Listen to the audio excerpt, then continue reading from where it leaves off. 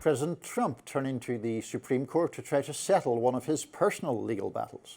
On Monday, the president's lawyers asked the High Court to throw out the multi-million-dollar judgment against him in the civil lawsuit brought by writer E. Jean Carroll. According to the Associated Press, Trump's lawyers argued that the allegations of sexual abuse and defamation were a politically motivated hoax, and said that they were propped up by, quote, a series of indefensible evidentiary rulings that allowed Carroll's lawyers to present highly inflammatory propensity evidence against him. Trump's lawyers also accused the trial judge of warping federal evidence rules to bolster Carroll's claims. They argued to the High Court that because of the evidentiary errors, the juror handed down an unjust judgment of just over $83 million. Despite the president's claims, though, the verdict has been upheld twice on appeal. Most recently in September, when the Second Circuit Court of Appeals ruled that the jury's damages awards were, quote, fair and reasonable.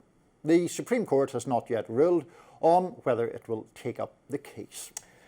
Well, look, I didn't follow this case with thoroughness and expertise. I don't know how you can really adjudicate or litigate something that happened that long ago, and you know, it's just a gut feeling whether you believe her or you believe him. I have no idea whether it happened or not. I don't know. And actually, that's not what was being litigated. What was being litigated was whether him saying she's lying was defamation, although that speaks to the underlying truth of the claims.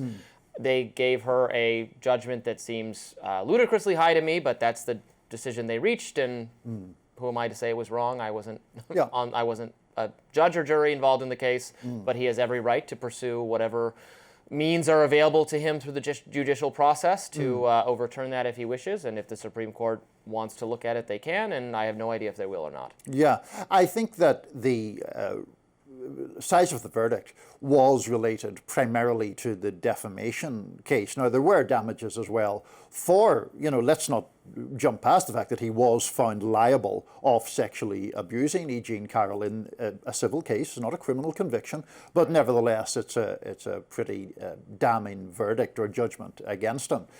In relation to the case that he's making, I don't really buy it. His argument is that the Access Hollywood tape shouldn't have been allowed, and that testimony from two other women who say they were sexually assaulted by him should not have been allowed.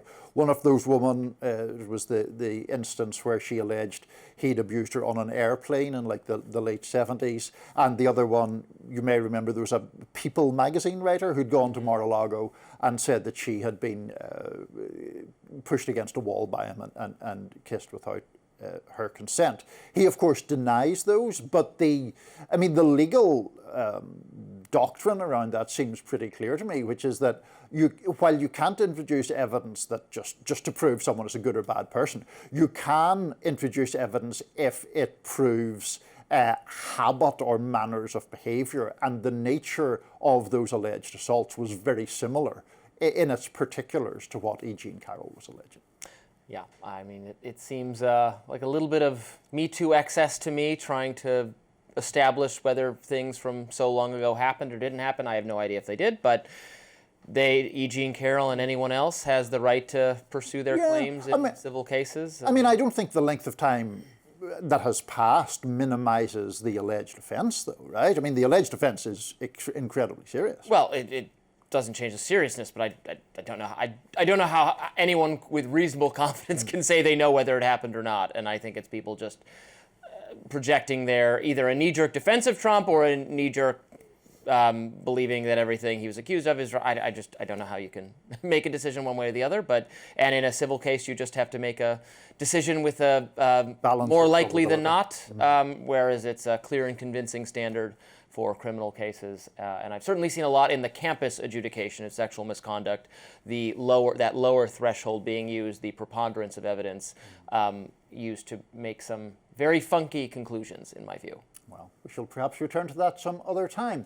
Coming up, despite the Trump administration striking a deal on the Israel-Gaza conflict last month, the situation in the Middle East is still pretty grim, and the media's attention to it seems to be dwindling. I'll discuss more of that in my notes next. Stick around.